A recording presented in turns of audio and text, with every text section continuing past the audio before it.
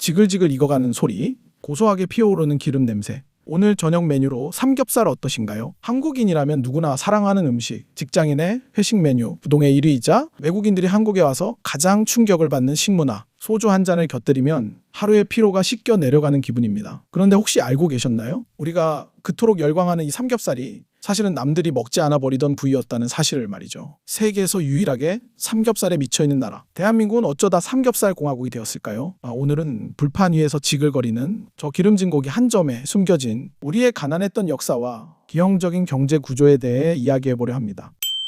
시간을 거슬러 1960년대로 가보겠습니다. 전쟁의 상처가 채 아물지 않았던 시절, 대한민국은 지독하게 가난했습니다. 국가도 국민도 돈이 없었죠. 당시 정부에게 가장 시급한 과제는 어떻게든 외화를 벌어들이는 것이었습니다. 그래서 주목한 것이 바로 양돈 산업이었습니다. 돼지를 키워서 외국에 팔려는 계획이었죠. 그렇다면 우리의 돼지를 사줄 가장 큰 손님은 누구였을까요? 바로 옆나라 일본이었습니다. 당시 일본은 고도성장기에 진입하면서 육류 소비가 폭발적으로 늘어나고 있었으니까요. 하지만 여기서 문제가 하나 발생합니다. 바로 일본인들의 독특한 식성 때문이었습니다. 일본 요리하면 무엇이 떠오르시나요? 바삭하게 튀겨낸 돈가스가 생각나실 겁니다. 돈가스에 들어가는 고기는 기름기가 적고 담백해야 합니다. 주로 등심이나 안심 같은 살코기 부위죠. 반면 비계가 층층이 껴있는 뱃살, 즉 삼겹살은 일본인들에게 선호하는 부위가 아니었습니다. 결국 일본은 한국에게 이렇게 요구합니다. 우리는 살코기만 필요하다. 등심과 안심만 보내달라. 그렇게 한국의 돼지고기는 가장 맛있는 살코기 부위만 골라져서 일본으로 수출됩니다. 그렇다면 남겨진 부위는 어떻게 됐을까요? 수출하고 남은 거대한 지방 덩어리인 삼겹살과 부산물들은 국내 시장에 헐값으로 풀리기 시작했습니다. 이것이 삼겹살 신화의 아이러니한 시작입니다. 하지만 단순히 싸다는 이유만으로 삼겹살이 국민 음식이 된 건 아닙니다. 여기에는 시대적인 배경이 맞물려 있습니다. 1970년대 대한민국은 한강의 기적이라 불리는 급격한 산업화를 겪고 있었습니다. 전국 곳곳에 공장이 세워지고 건설 현장은 쉴 새 없이 돌아갔습니다. 시골을 떠나 도시로 몰려든 노동자들, 그들은 하루 종일 먼지와 톱밥을 뒤집어 쓰고 일했습니다. 광부들은 캄캄한 지하 막장에서 석탄가루를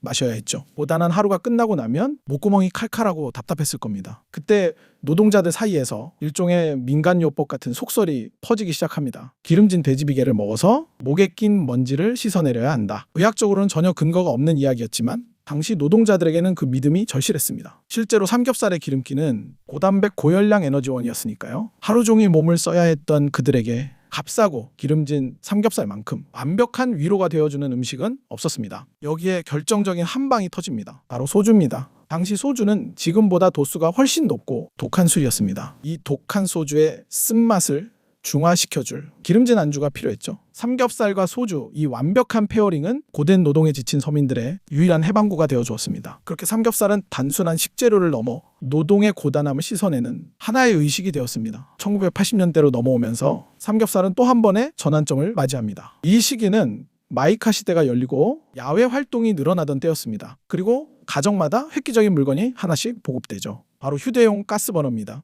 우리가 흔히 브루스타라고 부르는 그것이죠. 이 휴대용 버너의 등장은 식문화를 완전히 바꿔놓았습니다. 이전까지 고기 요리는 주방에서 조리해서 내오는 것이 일반적이었습니다. 하지만 버너가 보급되면서 식탁 위에서 직접 고기를 구워 먹는 것이 가능해졌습니다. 가족들이 옹기종기 모여 앉아 즉석에서 구워 먹는 고기. 거기에 가장 적합한 고기가 무엇이었을까요? 기름이 많아 잘 타지 않고 별다른 양념 없이 소금만 찍어도 맛있는 고기, 바로 삼겹살이었습니다. 이때부터 삼겹살은 외식 메뉴를 넘어 가정의 식탁까지 점령하게 됩니다. 소뚜껑부터 시작해서 수정불판, 대리석 불판까지 삼겹살을 굽기 위한 도구들도 함께 진화하기 시작했죠. 심지어 IMF 외환위기 때는 직장을 잃은 가장들이 퇴직금을 털어 가장 많이 창업한 것이 바로 삼겹살집이었습니다. 저렴한 창업 비용과 불황일수록 소주를 찾는 서민들의 심리가 맞물린 결과였죠. 그렇게 삼겹살은 한국 사회의 기쁨과 슬픔을 모두 함께하며 대체 불가능한 위치에 오르게 됩니다. 근데 여기서 우리는 불편한 진실을 하나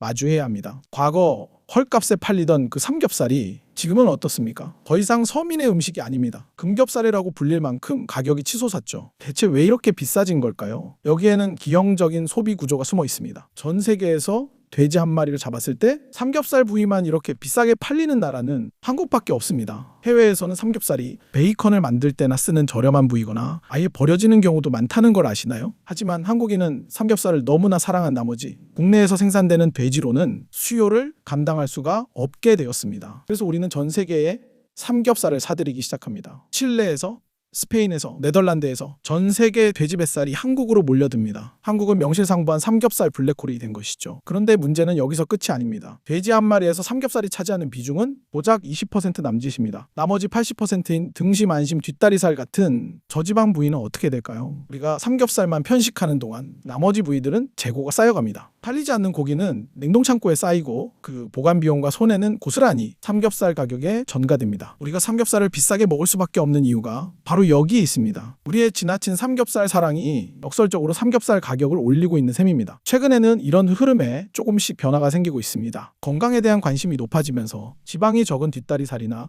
등심을 찾는 소비자가 늘고 있습니다. 해외의 하몽이나 잠봉베르 같은 햄 문화가 유입되면서 비선호 부위의 소비가 조금씩 늘어나고 있죠. 하지만 여전히 한국인의 회식 자리엔 삼겹살이 빠지지 않습니다. 지글거리는 소리와 함께 소주잔을 부딪히는 그 분위기, 그것은 이미 맛을 넘어선 하나의 정서이기 때문일 겁니다. 우리는 어쩌면 삼겹살을 먹는 게 아니라 함께 어우러지는 그 시간을 먹는 건지도 모릅니다. 하지만 이제는 한 번쯤 생각해 봐야 합니다. 우리의 식탁이 얼마나 기형적인 구조 위에 서 있는지, 나의 한 끼가 전 세계 축산 시장에 어떤 영향을 미치고 있는지 말이죠. 천대받던 부위의 화려한 인생 역전, 어쩌면 삼겹살의 역사는 아무것도 없는 폐허 위에서 한강의 기적을 일궈낸 우리의 현대사와 꼭 닮아 있는 것 아닐까요? 가장 쓸모없다고 여겨졌던 것이 가장 사랑받는 존재가 되기까지, 그 기름진 고기 한 점에는 우리가 지나온 배고픔과 서름, 그리고 치열했던 삶의 냄새가 배어 있습니다. 오늘 저녁 불판 위에 삼겹살 한 점을 올리신다면 그 맛이 조금은 다르게 느껴지실지도 모르겠습니다. 이것은 단순한 고기가 아닙니다. 우리가 씹어 삼켜온 역사 그 자체니까요. 오늘의 이야기가 유익하셨다면 구독과 좋아요 부탁드리며 지금까지 수상한 식탁이었습니다.